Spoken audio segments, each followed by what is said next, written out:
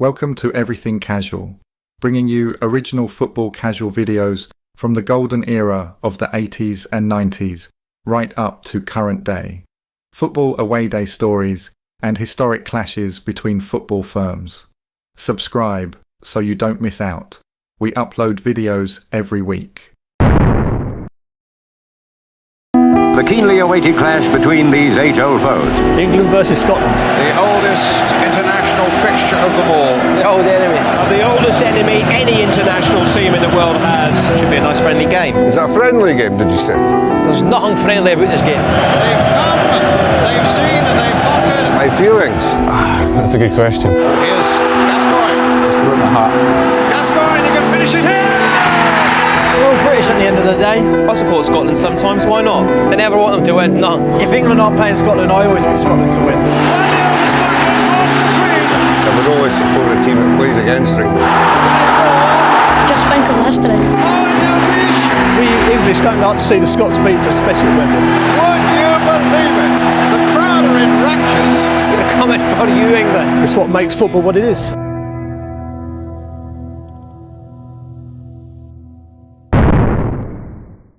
This is the story of the Scotland versus England friendly that wasn't friendly at all. A day remembered not for goals, but for street warfare, tribal pride, and a hooligan culture at its peak.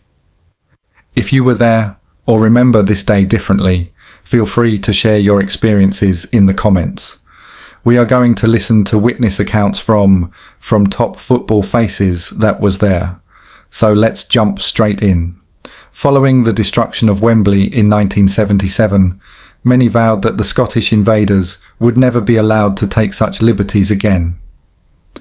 It was not going to be an overnight job though, as for years, Scottish fans had been travelling south for both domestic and international games and faced very little resistance, as sheer weight of numbers and their drunken bravado meant there were few who felt confident enough to oppose them. Villa Park, St James Park and even Old Trafford had been overrun long before Wembley was targeted, and the assembly of a firm strong enough to prevent it happening again would take years to build. As these years passed, revenge was sweet, and by 1989, England's hooligan element had finally gained a reputation, which meant that never again would the jocks be allowed, or indeed feel brave enough, to take them on in the manner in which they did in 1977. Since 1872, when the countries first met at Hamilton Crescent in Glasgow in front of a crowd of just 4,000, the fixture was a major one in the football calendar, and the two sides had met over 100 times by the time the crossbars came down 105 years later. It is a sign of how troublesome the fixture became off the field that, in 1989, the friendlies were scrapped altogether, and, since 1977, only 15 games in total have taken place, which includes the 3 European Championship clashes, which could not be avoided. 1 year after the shameful scenes at Wembley, very few Englishmen made the trip north for the return game, and although thousands of Scottish fans once again descended on Wembley in 1979 and saw their heroes soundly beaten 3-1, there were far more England supporters in the sellout crowd, although once again in 1980 they were guilty of a no-show at Hampton Park. It was in 1981, when Scotland won 1-0 thanks to a John Robertson penalty, that the first sign of an organised rearguard was formed by the English, and West Ham's Terry was one of the few who attempted to repel the Tartan invasion. This is Terry's story. It was for this game that England were meant to have a proper meet and give it the jocks, as leaflets had been printed, and every man and his dog was supposed to show. As it was, all the jocks were waiting for us when we made our way to the ground, but there were no English there, just West Ham, and that mob consisted of just 10 of us. One of the lads, Brett, had bought a few silver Pecamacs, and, as it started raining, he had dished them out, and we were walking up Wembley Way in these daft fucking see-through plastic thrower-macs, surrounded by jocks. The jocks have got straight onto us and have said to Brett, "Where's your leaflets? We've acted daft," and they start all this, "What's happened to do the jocks or fucking bash the jocks?" We were giving them the blank one. Then this geezer showed me a screwed up leaflet which had something on it like, "All England meet and do the jocks." We were fucked now, so we started fighting with this firm, and one geezer pulled a blade out on Brett, so I've jobbed him and Brett's jobbed another. We've upped a few jocks, and we're proper fighting with loads of them, and in minutes we're getting clumped. But at least we were there and having a go. With it being a bit of a no-show from the Chelsea lot who had printed the leaflets, we were in two minds whether to go in, but Brett said, "Well, we're here and we're West Ham, so let's go in." It was not one of his best ideas, and soon we were inside the stadium having a nightmare. Our section was full of the jocks, and they were all fucking drunk, and we were all split up, as the few Chelsea who eventually showed had fucked off, leaving us with a few northerners making our firm about 35 strong. At half-time, we went downstairs together, and a big firm of jocks came up to us, and we thought, fuck it, and it's gone off. We were only kids, but we were game kids, and had a go until another mob came bouncing down and joined in. We thought our time was up, but they were Rangers, and they steamed into the mob we were fighting with, who may have been Celtic or Hibs, God knows. But they just went and steamed into the jocks we were having it with, and left us alone. It was a right touch. In Wembley Stadium at that time, you were able to walk all the way round. So we've gone, "Thank you," and slipped off as they were fighting. We just said to the steward, "Open up that door," and left off sharpish. It was not exactly a result of any kind, but at least England had stood and fought with the Scottish fans in the ground, something they never did in 1977. Now it was time to take it to them in Glasgow. But once again, after much hype, few made the trip, and West Ham were once again left to pick up the pieces, as Reedy explains. This is Reedy's From West Ham's story. It was another poor show by England. For weeks before, word was that we would all go firm-handed and stick together and forget our club differences. But once again, a few of the so-called main players were blowing hot air out of their arses. I can remember one of our lads telling us that they were in one pub, and some England fans had been collared, and the lot had gone pear-shaped, and the boozer got smashed up badly by the locals who took offence that English geezers had dared show in a pub on their manor. In the end, 2 under-5s were trapped in the corner with a bar full of jocks round them shouting, "You English bastards," when our lad, Laurie Pearman, shouted back, "Fuck off, we ain't England, we're West Ham." The jocks stopped the onslaught, and one came over and said, "You're brave, mate, shake my hand." But Laurie Pearman just fucked him off and pushed his hand out the way. That summed West Ham up for me. We always went to England matches in those days, and all the other England lot used to go, "Oh fuck, West Ham's here," and give us a wide berth. The mentality of them was, there was England, and there was West Ham England. It was on the 1st of June 1983 that the tide actually started to turn, and Steve Cowens, a Sheffield United supporter who wrote the best-selling book on their firm, was part of the English support who had finally had enough of the liberty-taking Scots, and who fought back. This is Steve from Sheffield BBC Story. Like most English youngsters at the time, I used to hate watching the jocks take over Wembley every time that England played Scotland. I'd sit there thinking, where's all the England fans? As the TV cameras panned around the ground showing masses of tartan and ginger. In 1975, I watched World of Sport as Trevor Brooking and Kevin Keegan tore the Scots apart in a 5-1 win that hardly any English actually watched in the flesh. As an 11-year-old, I couldn't understand how our national stadium could be taken over so easily, and why the English never turned out for this fixture. After all, the Englishman's home is supposed to be his castle. That frustration as a youngster erupted into a punch on the settee's arm, as 2 years later thousands of sweaties swarmed onto our hallowed turf and wrecked the joint after beating us 2-1. I remember thinking that one day I'd go and defend England's home, even if no one else could be bothered. So, with that thought in mind, in June 1983, I put my England shirt on under my jumper and set off along with 2 Sheffield United boys in my Morris Marina, our destination Wembley, our opponents Scotland. I'd been to the dentist the previous day as I'd got an abscess under a tooth and I was in agony. My face was swelled up to John Merrick size proportions, but I put this to one side as I went to defend England from the invading hordes that came down from Chile Jockoland. When we arrived, it was a real eye-opener as the jocks were everywhere. We'd been told by an English lad that a big firm of Chelsea were at Euston and an even bigger firm of West Ham were at Leicester Square. Sound, I thought, as we headed off to find an English firm that us 3 19-year-olds could tag along with. We saw Chelsea on a tube interchange. They looked 200 strong, but we missed them as they were boarding on the other side of the platform. My mate Doyley insisted we headed back to Wembley, as he figured that was where Chelsea were heading and he didn't want to miss any action with the Tartan army. Once we got back to Wembley, I took my jumper off and walked out of the tube station and into the sunshine.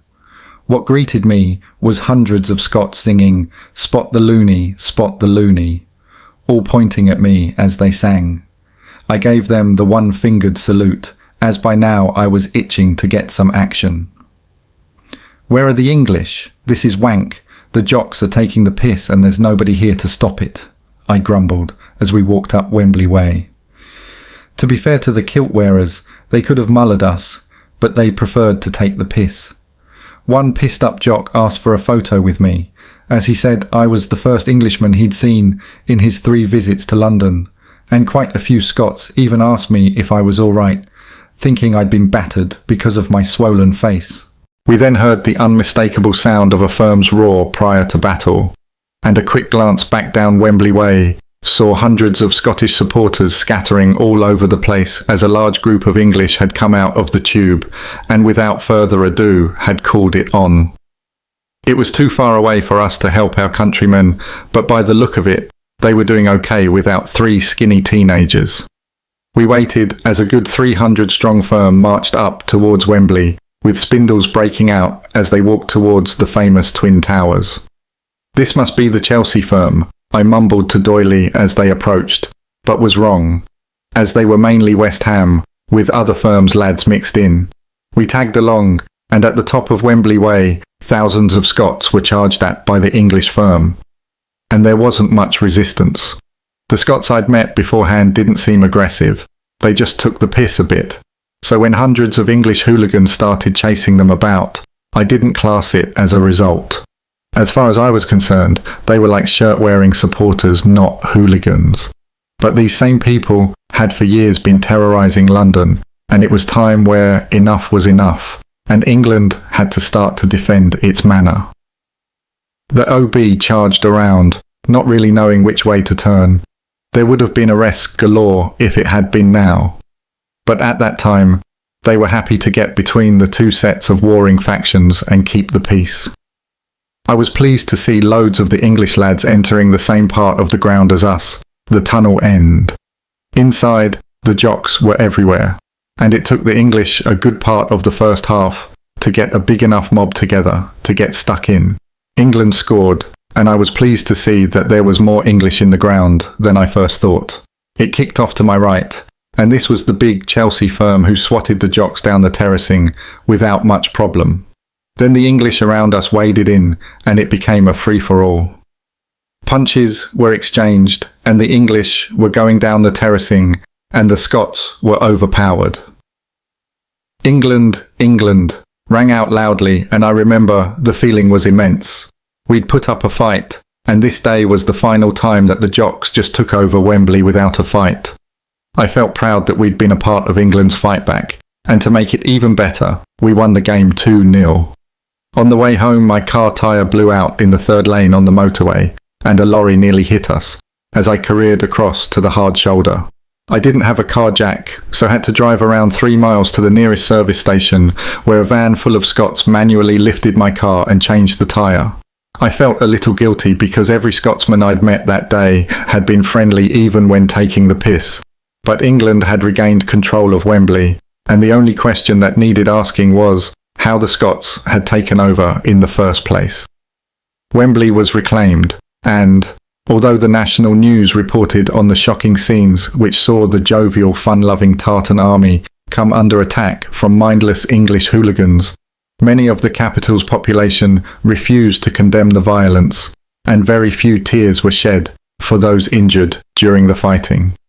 The problem now was that England had to travel north, as another no-show would be an embarrassment to those involved in the battle at Wembley. There was a full year to organise it, and for once the English did not disappoint, as one Hull fan wrote in City Psychos by Sean Tordoff, although it was not exactly what he was hoping for. The following is from a top Hull City lad. My first real scary moment following England was at Hampton Park in 1985. I remember Richard Gough scoring for them in a 1-0 win.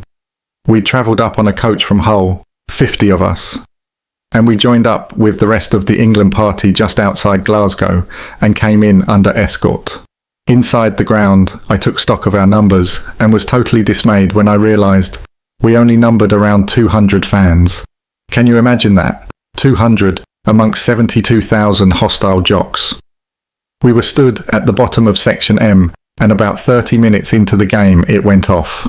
The Scots surged down, hitting out at any England fans in their path, and we were pressed up against the fence. It was all we could do to fight them off. We punched, pushed, pulled, and kicked ourselves into exhaustion, and my full body ached. Yet, they still came down at us. This pummeling lasted until just after the half-time whistle, when the police finally arrived on the scene. Nearly 20 minutes after the trouble began, and they made a wedge between both sets of supporters, then opened a gate onto the pitch which we proceeded to tumble through. We were then told the police were taking us to a secure section, so off we set passing hordes of screaming, spitting jocks to them. We were the half-time entertainment. The police led us through this section, where they opened a gate at the back and booted us out with "Fuck off, you English scum," ringing in our ears. At first I was seething, but with hindsight the police did us a favour. Other English fans claimed to have fared better that day, especially in a few of the street battles that took place before and after the game. But, once again, the numbers game heavily favoured the Scots. But numbers were rising in the England ranks, and the next time they travelled to Hampden, they had been joined by hundreds more, including Lee Spence, who was only 17 at the time. Most lads fondly remember their first England away, and it was defiantly one Lee would not forget in a hurry. Now let's listen to the point of view from a top Oldham lad. This is his story. Scotland 87 was my first England trip, and like so many after, it ended up with me getting nicked. We set off to Glasgow in a mob of about 50 Oldham from Manchester, Victoria, and were joined by a good firm of United, as a lot of the older lads knew each other. There were lads from all over on the train. And I will always remember pulling into Carlisle and being very impressed by the firm they had with them. I was in awe of it all. It was new to me. And the buzz and the banter as we got nearer Scotland had me hooked. We got into Glasgow and were met by loads more English lads, and hundreds upon hundreds marched out the station. But even when I was with such a huge mob, my luck was down, as I still managed to bump into a West Brom lad, who the week before I had been booting in the head. He was on my case, so I kept out of his way for the short time I was there. I will always remember one of the lads pointing out Forest and England legend Paul Scarrett with his World War II helmet on and thinking, I'll have some of this. All the talk of Scotland being moody to me seemed nonsense. We were there firm-handed and were taking the piss, and every minute someone was pointing out main lads from all the firms. As a 17-year-old lad, I thought it was the business. I was impressionable, and it all made me realise that this is what I wanted to be a part of.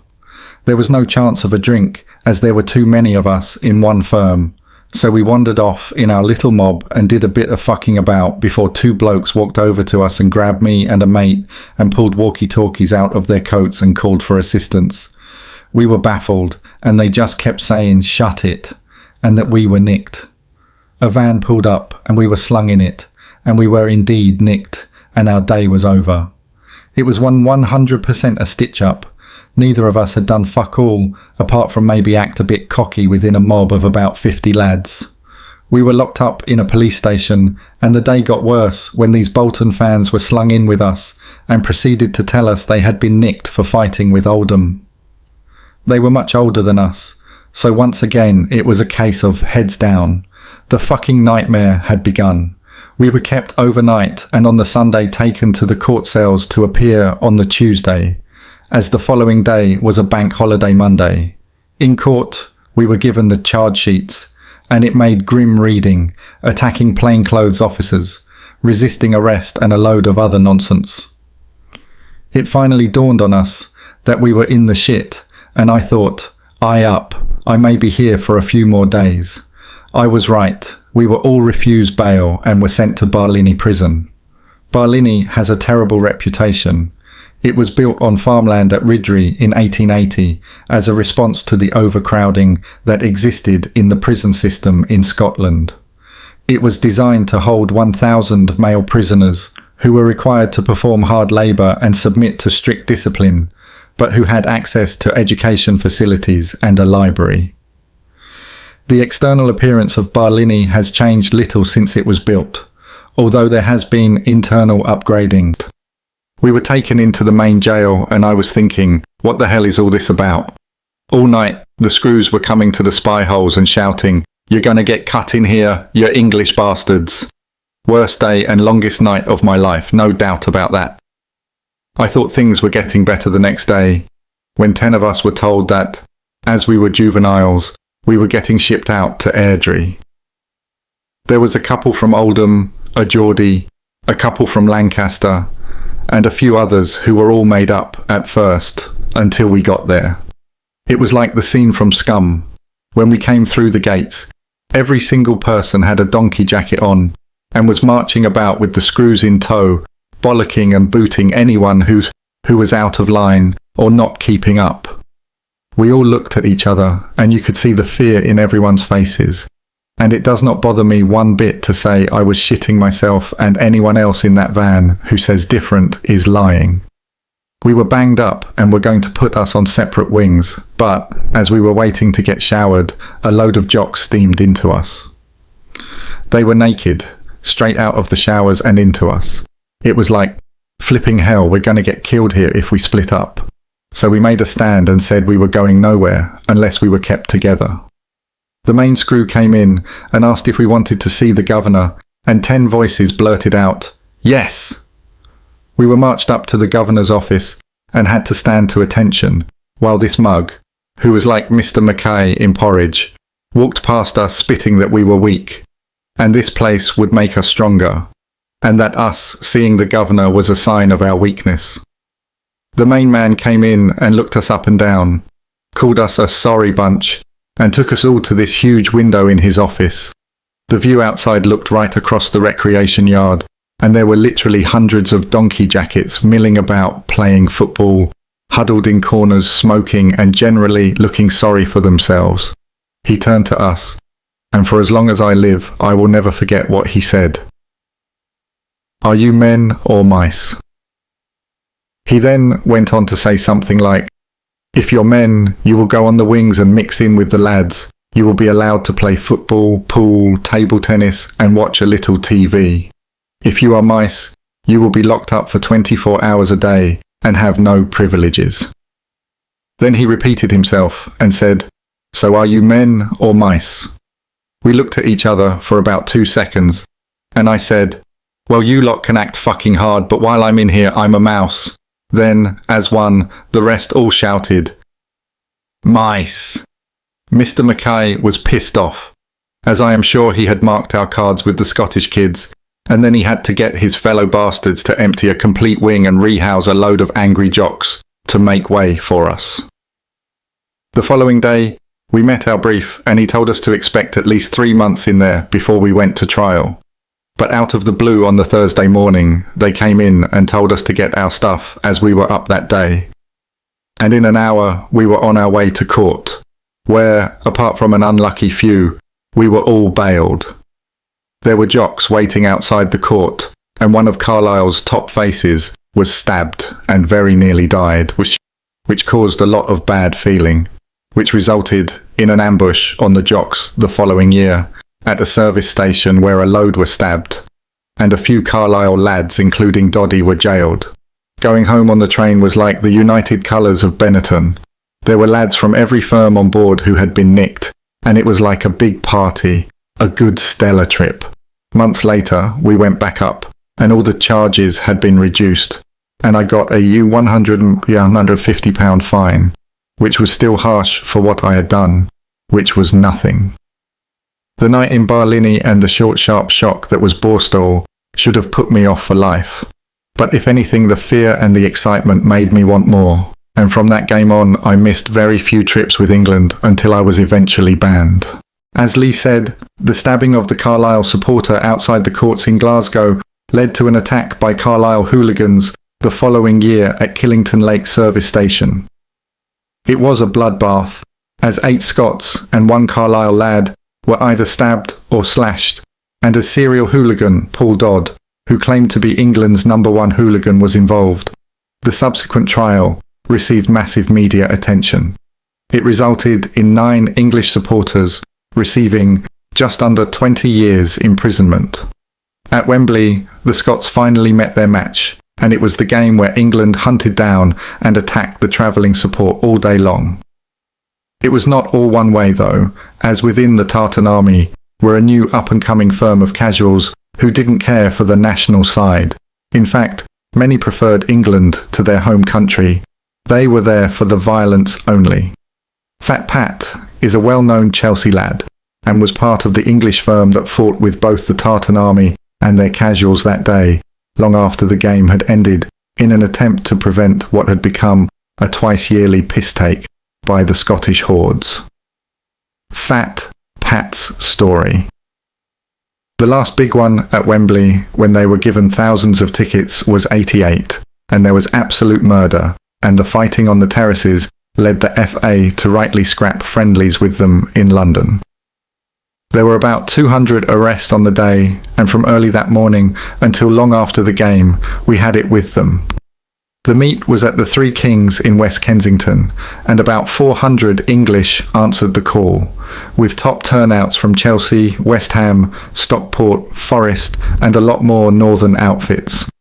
We headed off towards Trafalgar Square and all got off at Embankment and gathered outside the bottom of Villiers Street. We got our lot together. There was about 70 of us left, all the ones that knew each other, including a good few from QPR who had Gregor with them. Like him or not, he's a game lad and knows the score, so off we went to the Admiral Nelson on the corner by Charing Cross Station. Once we had regrouped, we walked through the back streets towards the Swiss Centre, and as we got to the top by the clock, we looked to our right, and there was a firm walking up by the Hippodrome. We thought, it can't be the jocks because they're casuals. But as they were coming across the square, we noticed a few kilts in amongst them, so we spread out and walked towards them and called it on.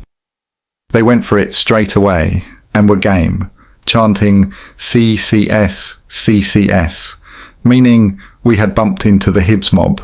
One geezer pulled out a big blade and he went to stab Gregor, but the blade went straight through the side of his jacket and I squirted the knife man with a Jif lemon bottle full of ammonia. As I'm away, another one's booted me in the shin, and it felt like he had broke my leg, so I fucking hobbled away trying to stay on my feet. And as I looked back, I couldn't see our lot anymore, as the Hibs mob had backed our lot up the street. I'm limping around in the street gutted by now, as it was going badly wrong. But from nowhere our lads gave it one last go, and I saw the Hibs lot going backwards, before getting completely run the whole length of the square. It was a great sight, and as the lads were walking back, they were all clapping each other, which was funny as, and took my mind off this lump, which was growing by the minute on my shin. We walked back down towards Yates, and the jocks tried to come back at us, chucking bottles, glasses and bins at us. So one Chelsea lad, who is actually from up north, picked up a Westminster bin and held it up like a shield before running down the road towards them. There was bottles and everything bouncing off this bin, and we're all behind him running down the road, and we scattered them again, which was when the old Bill came in and started to split everyone up.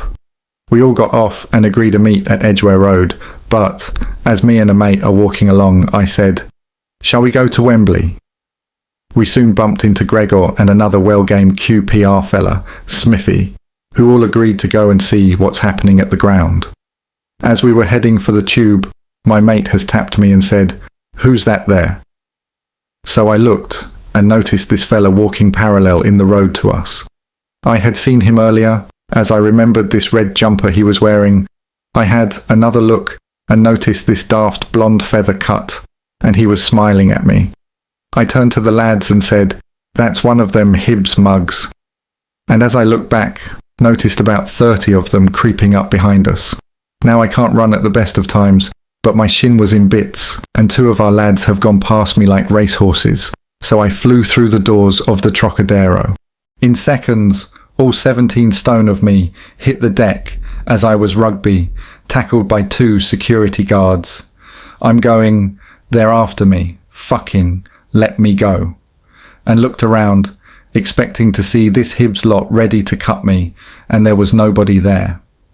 They didn't even follow me into the Trocadero, so I've had to give it the old, "Oh shit, I'm sorry mate, my mistake, thought I was getting chased bollocks."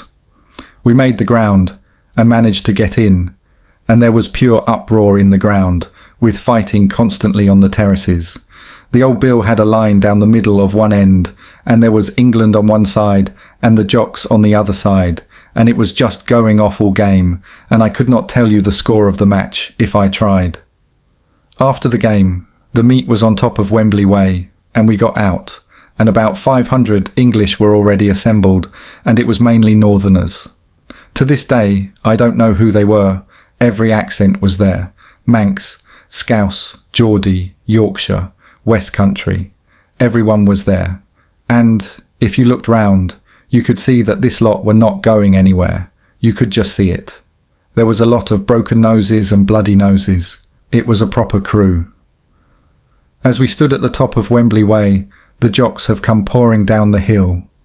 You couldn't see the back of their firm. It was like an army of ants swarming towards us, and as well as the usual lads, there were plenty of casuals in with them. And it's just gone, bang, like a scrum. The old Bill were trying to get in and pull people apart, and it turned into one of the Gaelic football fights in Australia, and they were literally dragging people away from each other. People were rolling around on the floor. It wasn't like a football fight at all. The old Bill managed to get a wedge in, and they pushed the jocks back up and us down Wembley Way. So we jumped over the wall into the car park and ran parallel to the road leading down towards the station. As I looked up to see if any had made the move, all I could see was hundreds of them coming down with no old Bill. We came out the car park, and it was all their casuals at the front who may have been Aberdeen, as they were not the Hibs firm we had clashed with earlier, and as we started to move, gone steaming through them, and they started to run back. The sheer weight of numbers coming down made them stall up. There was nowhere for them to run. They were sandwiched between us and their lot, so they had no option but to fight, and there must have been at least 2,000 jocks, and about 500 English, crammed onto the road fighting. Every now and then, the fight would break up, and a mad jock would come in and do a solo, do a flying kick, and bounce of them would follow him. The casuals were more disciplined, but the daft jocks were mad, and time after time you would see a jock flying in, miss and land on the floor, followed by bits of tartan being thrown up in the air, or a sporran being thrown back at them. It was proper crackers. Geezers in Partick thistle shirts and kilts would run in shouting, "You bastards!" And it would be boom, boom, boom next. At one stage, a big gap opened up, and I got pushed right to the front, and some jocks stuck his fingers right into my eye, and that was me gone. Gregor grabbed me, and alongside us a jock has done some English geezer with a plank of wood on the side of the head. They made one big last steam to get us on the back foot, but we held the line even though the sheer weight of numbers they had was wearing us down, and they were starting to get the better a bit. In the end, the old Bill managed to come through, and they pushed us away from them, regardless what the bullshit merchants say, had they given it another minute or two, I think on sheer fatigue they would have got in and done us. But I'll tell you something now. To this day, to anybody who was there, I would like to tell them one thing: they were fucking superb, and they should be proud of themselves, because how we held that day was unbelievable. The thing is, I didn't know who most of them were. There was no leader, there was no top boy, there was no one person, and it was mostly northerners. But whoever they all were, they did England proud, and from that day on, Scotland have never come back mob-handed and took the piss like they used to, and never will. The trouble at Wembley set things up nicely for the return game 12 months later. Every year the stakes were getting higher, and it was time for England to finally turn up en masse in Glasgow and take it to the jocks. Once again, they didn't disappoint, and this was the game where the tide finally turned. It was a game that saw the Shrewsbury lads come out in force, and a chance for the lads from Hull to get even after the torrid time they had endured on their previous visit. Shrewsbury's firm were there in big numbers. This is their story and account of the Scotland rivalry. I started going to England games in 1989 when I was just 16. I went to Hampden Park after being invited along by the older lads from Shrewsbury. We caught a train to Glasgow, and I always remember it was the 11 o'clock from Crewe, and it cost £13. It was my first England game, and, although young, I was really buzzing and well up for it. There was only 4 of us on the overnight train, but we were meeting another 20 Shrewsbury when we got there, who had travelled up on a coach with Rochdale and some West Brom. I'd heard so much in previous years about Scotland and England, fighting with Hibs and Hearts and all the Aberdeen casuals. Over the years, England had been taking more and more up to Glasgow, and this was the one where it was rumoured that we would have a big enough firm on board to cause a riot. We got into Glasgow at about 5 in the morning. All you could see was just lads everywhere. There's mobs of 20s and 30s all over the station, lads from every club. More importantly, there was no in-house nonsense. It was a case of everyone wanting to get stuck into the jocks, not each other. We waited around all morning at the station and realised that all the England mobs were gradually dwindling, so we went wandering to find out where everyone was going. We bumped into a load of lads who were already pissed, and it turned out hundreds had gone drinking in the pubs used by the market lads that opened at 6:30 in the morning. Eventually, we marched to the ground, hundreds and hundreds of lads trying to get at the locals, and at times the police were struggling to control the size of the mob. Loads of small mobs were breaking out, and all around you could hear roars as it went off. None of us had tickets, and then somebody told us they were selling them in a hot dog stand at Hampden Park for £5 each. It was crazy, because for weeks they had been saying, "Don't travel, nobody will get in," and here they were selling tickets from a hot dog stand. There was just pure lads everywhere, and the police did well to keep us all apart outside and inside the ground. We were kept in for ages after the game and escorted back to the trains, and we finally left Glasgow at about 7 o'clock. All the intercity trains were jam-packed with lads, and although there was not the violence I had expected, it was the game where everyone said England had finally taken the piss in Glasgow. 10 years later, after an unconvincing campaign which saw Sweden win the group by 9 points, a goalless draw in Poland gave England a chance of qualifying for the 2000 European Championships in Holland and Belgium via the playoffs. The draw was made, and Scotland were paired with England in a game the press dubbed the Battle of Britain. It was an old term often used for games against the other home nations, but to many of the lads who followed both nations, it meant exactly that. From the minute the draw was made, battle plans were drawn up, and it was a game which captured the imagination of many for all the wrong reasons. The biggest security operation in the history of the game was put in place, and it worked, as a huge police presence was maintained in Glasgow throughout the day, stamping out potential incidents before they could escalate.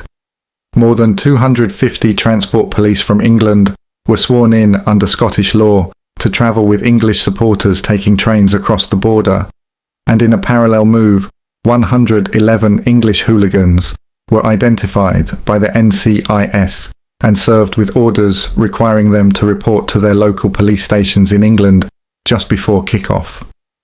Despite claims that the police operation was a huge success, there were still well over 200 arrests, and according to the lads that went, had Scotland shown any kind of interest, that number would have doubled.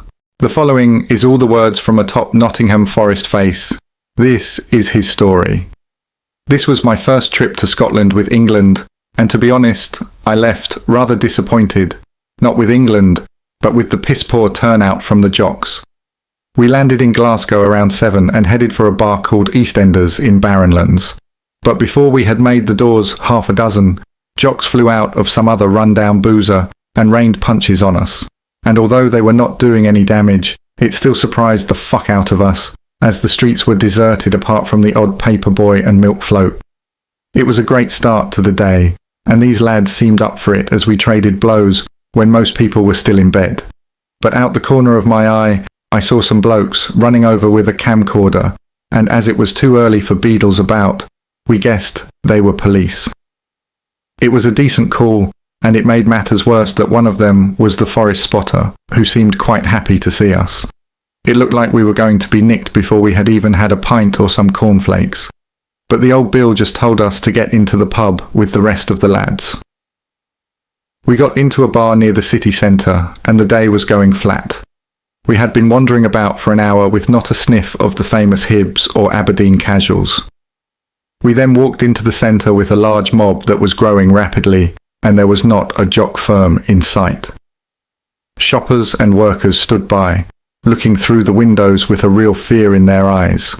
A few slaps were dished out to mouthy jocks brave enough to come anywhere near, but they were just passionate Scots who thought we were taking the piss. They were right, and their football lads should have been backing them up, as it was an embarrassment for them. Gilly, a top face, very well known up and down the country, was also there. And this is his story. This is the big one for everyone. Scotland versus England. Who could have imagined it? The old enemy playing in a playoff for a place in the European Championships in Belgium and Holland. Along with every other loon in the country, I thought, I've got to do this one. For obvious reasons, we arranged to stop over in Hamilton before the game, and we had a good firm of lads, and ended up getting taxis to meet some Plymouth mates who were staying in East Kilbride. About 20 of us got taxis, which drove through the famous Gorbals. I've been to the Bronx in New York, and that shithole beats the Bronx. I'll always remember driving past this pub at some traffic lights. It was a green building, so I take it was a Celtic pub in a Catholic area. Some silly bastard shouted out of the taxi something about England, which was not the brightest call as we were in traffic, and I thought, we are dead here. The pub emptied, and glasses and bottles came our way, as the driver swerved the queue and drove off laughing as he was a Rangers fan. In East Kilbride, we had a good night, no hassle at all, but when we got back to Hamilton, 12 of our lot had been nicked after it had kicked off in the town centre, and a quick call to the local police station confirmed that, as is the norm in Scotland, you're here all weekend until getting taken to court on the Monday. The following morning, we caught the local train to Glasgow Central, where there was lads everywhere. We went into the Wetherspoons where Birmingham had already given it to Villa, God knows why. I thought it was England versus Scotland this day, but that's blues for you, say no more. We were going round all the city centre pubs, and to tell you the truth, we saw very few of these so-called Scottish casuals that everyone was talking about. We were in one pub when a mob marched past, and we looked at it in awe, no question about it. There must have been 1,000 lads on the march to Hampden Park. We joined up with them, and it got bigger by the minute. Too big, as no mob was going to come at this lot. We were untouchable. There were small outbreaks of violence, and I hate to say it as they are my biggest rivals, but I saw a firm of West Brom fighting with Hibs, and small numbers of West Brom more than held their own. We must have walked 3 miles, and had seen very little, when out of the blue some lads came out of this boozer, saying, Come on, we're Aberdeen. I laughed my bollocks off and questioned their sanity, but soon the local police intervened and it went off with them instead. All day was the same, small mobs of jocks trying to save face and heavy-handed old Bill lumping the English hoping to get a reaction, and plenty obliged. Eventually, we were frog-marched back to the station as nobody had tickets, and there was a few minor squabbles with a handful of Scots who stood their ground. They were a minority though, and all I saw all day was the English taking the piss. There was more fighting between ourselves, which in this day and age seems to be acceptable, which is a shame. Gilly, the top Wolves lad's sentiments about the in-house fighting are backed up by a top Manchester United face, who admits that United's firm that day had very little interest in the Scots, as they wanted to take on any English firm who wanted to know. The following is the point of view from Manchester United's mob. That was the game when we really showed the rest of them that we were the best at the time. From the minute we got on the train until we got off at Preston late that night, no firm came near us. The so-called main players on the England scene, your Chelsea and West Hams, were nowhere to be seen, and the Birmingham lot and the Spurs firm were both phoned, as they were supposed to be firm-handed and neither wanted to know. We took the piss that day. England had hundreds out, but we went as United and, to be honest, apart from the numbers game, England were nothing special. If they had been, surely someone would have come to us, as they all knew who and where we were. As for the Scots, well, they should give it up after that day. They basically let mobs of plastic hooligans in the regulation badged up jumpers take the piss all day. On the way home, we had a call from Preston who told us to get off there, as they were ready to have a go. I'll give them credit because when we got there, they had a go, and they were the only ones who did that all day. During the day, police made 230 arrests, and 170 people appeared in court in Glasgow the following Monday in connection with trouble before and after the match. Police admitted that the biggest security operation ever mounted for a British sporting event had been severely tested after the final whistle when fans clashed in Glasgow city centre and outside the Hampton Park ground following England's 2-0 win. It had taken 22 years to finally erase the memory of the game at Wembley in 1977, and 4 days after what was looked upon as humiliation in their own city, the Scottish mob were given the chance to regain some respectability at the return game. Most agree, they blew it. After such a pitiful showing, everyone said that the Scots would turn up for the second leg at Wembley the following Wednesday, and like so many others, I believed all the hype and turned out for them. All I can say is, they will have to live on past showings, and, even though most of today's Scottish boys were not around in 77, they need to make the most of it, as that is all they have to cling on to. The violence was not limited to Edinburgh. In Glasgow, an alliance of Scottish casuals engaged a mixed mob of English hooligans on Victoria Road. At a nearby pub, the situation escalated further. According to police reports, some of the English mob armed themselves with knives, knuckle dusters, hammers and iron bars as retaliation after windows were smashed. Running battles broke out, missiles were thrown, and both sides fought in the street. It was not a spontaneous outbreak. It was planned confrontation. What makes the events of that day particularly striking is that some of the violence followed the same pattern inside the stadium as it did on the streets. Members of both groups had tickets for the same sections of Hampden Park, and clashes continued in parts of the ground during the match itself. When the final whistle blew, the chaos did not end. Around Mount Florida railway station and on Jamaica Street Bridge, English and Scottish hooligans continued to clash. Fences were ripped up and used as weapons. Police struggled to contain the crowds as the battles moved away from the stadium and deeper into the streets. Several participants were stabbed or slashed in the melee. By the end of the day, it was clear that this fixture had spiralled completely out of control. Arrest figures alone tell the story. Approximately 260 people were arrested in Glasgow, around 100 English and 160 Scots, and roughly 200 football-related injuries were recorded in hospitals. These numbers shocked authorities and prompted widespread debate about the future of Scotland versus England fixtures. In the weeks that followed, politicians and police questioned the wisdom of staging such fixtures in the future. Members of the UK Parliament referenced football hooliganism in their debates, pointing to rising arrests and violent behaviour as reasons for stronger legislation and tougher policing. These parliamentary discussions reflect how football violence had become a national concern, not just a sporting one. On fan forums decades later, supporters who were there recall battles from Ely Central Station to Hampton itself, describing how fights broke out across town as hooligans clashed with brutal intensity. Some fans later admitted that the violence was a defining memory of what was supposed to be a simple international friendly, and that the trip changed their view of football forever. You have listened to the English point of view, and from all different mobs and top faces, about what they think of Scotland and the 1989 battle.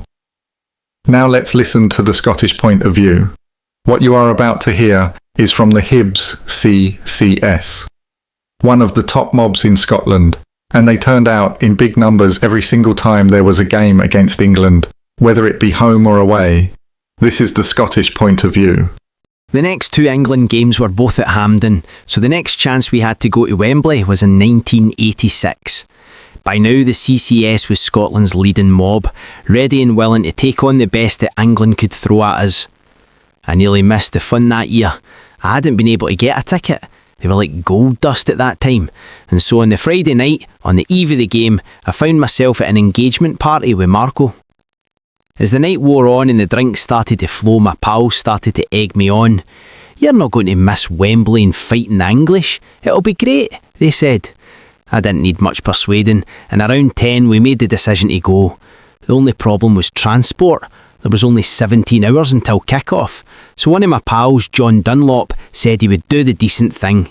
He borrowed his dad's car. 4 of us were in the car, and as we hurtled down the M1 we were full of the joys of spring, until, that is, reality set in. It suddenly hit John. He had taken his dad's car without his knowledge, and he was now 400 miles from home. He just wanted to get back home with the car in one piece, so he dropped Tam Hamilton and me off in Enfield and drove back to Scotland with Gallus, the 4th passenger, for company. We got a train into central London and made our way to Trafalgar Square. Along with the thousands of other Scots, there were about 60 CCS in the square, drinking and playing football. We ran into casuals from other firms, including Celtic and Dunfermline. They were keen to join up with us and take on England. I managed to buy a match ticket, and as 3 o'clock approached we jumped on a tube and landed up at Wembley. As usual, Scotland fans had taken over much of the stadium, but I noticed there were more English than usual. There was trouble right from the word go. With some of the CCS I was in the upper tier of the stand, and it wasn't long before we were laying into England. Then, when that fight had been broken up by the cops, we saw other Hibs, Dunfermline and Celtic in the tier below getting it on with more English. In true SAS style, we dropped down and joined the fray. The manoeuvre was captured for posterity by BBC and ITV, who both showed a clip of it on the national news. I was wearing a green and grey Rohan jacket, which I had nicked earlier in the week, and I can clearly be seen jumping from one tier to the next. I have a video of the broadcast, and I still watch it amazed at how nimble I was in those days. The fight with England was what I would describe as heavy duty. They were big, strong, beer-bellic thugs, older and more experienced than most of us. I remember dodging several haymaker punches that would have knocked me out cold. These guys were no looking to take prisoners. I did manage to land a few blows before the cops moved in and broke it up, arresting me and a few others. I didn't go willingly, and as they dragged me round the perimeter track, I was doing my best to fight them off. Luckily for me, half a dozen CCS saw what had happened and attacked the busies.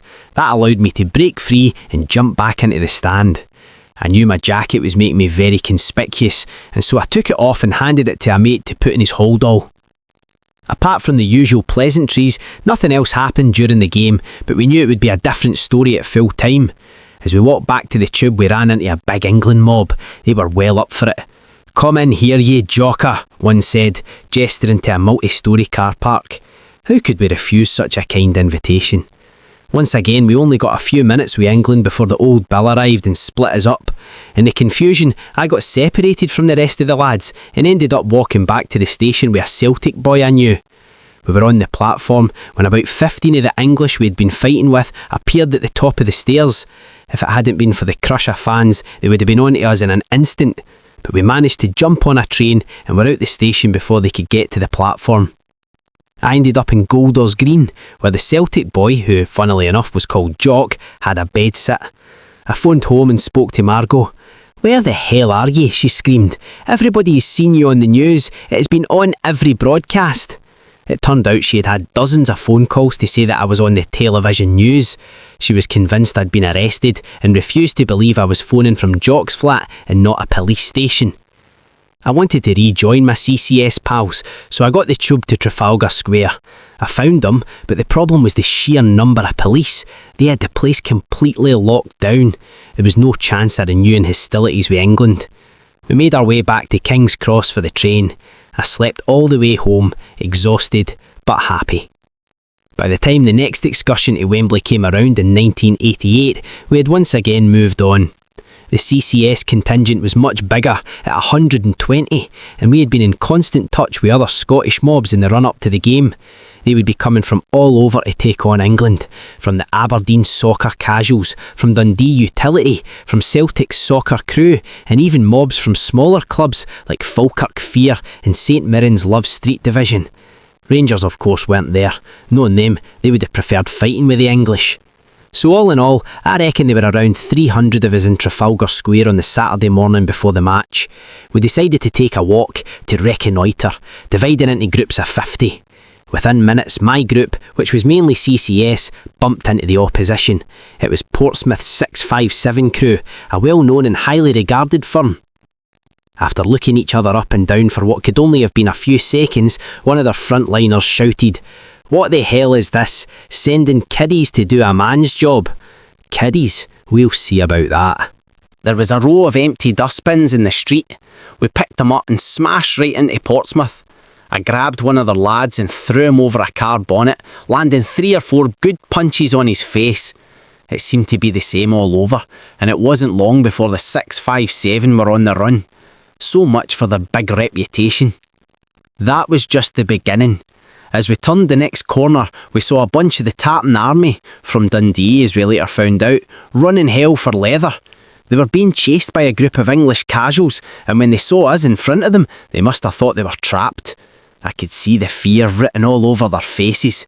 But when one of our boys roared, "Let's get into these English cunts," they realised we were Scots. As one man, the CCS ran through the Dundee Scarfers, piling into the English. With a real mob to contend with, they weren't quite so confident, and we soon got the upper hand. And fair play to the Dundee boys, some of them actually turned back and helped us take on their pursuers. Every little helps. It was unrealistic to suppose that we would have it all our own way. England had mobs from all over the country, mobs with a fearsome reputation, mobs like the Chelsea Headhunters, who we also met up with that day. There must have been close to 100 of them, and as we flew in, fists flying, I knew we were in for a drubbing. And that's how it turned out. You just can't take on a firm of that calibre when you're outnumbered 2-1. We must have faced about 8 or 9 English mobs. Some like Chelsea and Leeds got the better of us. That was hard to take, but understandable given their superior numbers. On a level playing field, we would have more than held our own. My only regret about England is that I wasn't able to face them in Scotland. They didn't often come to Hampden, and when they did, as in 1989 for a 3 Nations competition that included Chile, I was in jail. That was a crying shame, because the battle that year was truly epic, with huge numbers on either side.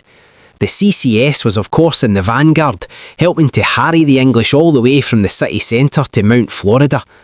The violence was ferocious. The English had come well tooled up and didn't think twice about slashing, stabbing or clubbing their immediate opponents. It was also widespread, with some skirmishes even taking place in Edinburgh when the English mobs from the eastern half of the country arrived at Waverley. There were 249 arrests on the day, provoking outrage in the media. Questions were asked in Parliament about how and why it had happened. England's mob got the shock of its life that day. Their boys thought they would run our guys all over Glasgow. That was par for the course. They fancied themselves, but in my opinion they were overrated. A lot of the mayhem they caused was drink-fuelled and took place in little countries like Belgium and Luxembourg, which have no tradition of football violence. The English certainly looked the part with their shaven heads and tattoos, but it takes more than that. I'm not saying they don't have some great mobs, but so do we. A little less arrogance on their part would be very welcome. In fact, 1989 was the last in the series of Scotland's annual meetings with them, so the next opportunity we got came 7 years later. It was Euro 1996, which was being hosted by England, and the hype from down south was sickening. It was the Football's Coming Home tournament, though what they had done to merit calling it that is beyond me. Off the field, the organisers prepared for mayhem. Not surprising given the reputation of some of the countries taking part. Apart from Scotland and England, you had Holland, Germany, Italy and Turkey. There was a real frenzy in the media, and in the run-up to the tournament, the papers were full of stories about casuals and other hooligans plotting battles both inside and outside the stadiums. It was said that London firms like Millwall, Chelsea and West Ham had threatened to join forces to take on the Jocks, while we were putting together a Scottish super mob. I was interviewed by many newspapers, desperate to find out what we had planned. The Sunday Times of 9th June 1996 reported that Andy Blanche is about to realise a lifelong ambition.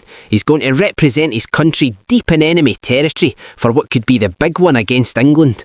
The paper went on to say that a gang of Scottish thugs, estimated more than 500, of which I was one of the ringleaders, had bought tickets to the stand allocated to England's firm in order to mount an attack.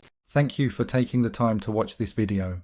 If you subscribe, you will be notified when we release a new video. It could be your firm we make a video about next, so don't miss out and hit the subscribe button. You can find me on Facebook or email me if you have a good story to tell. See you next time.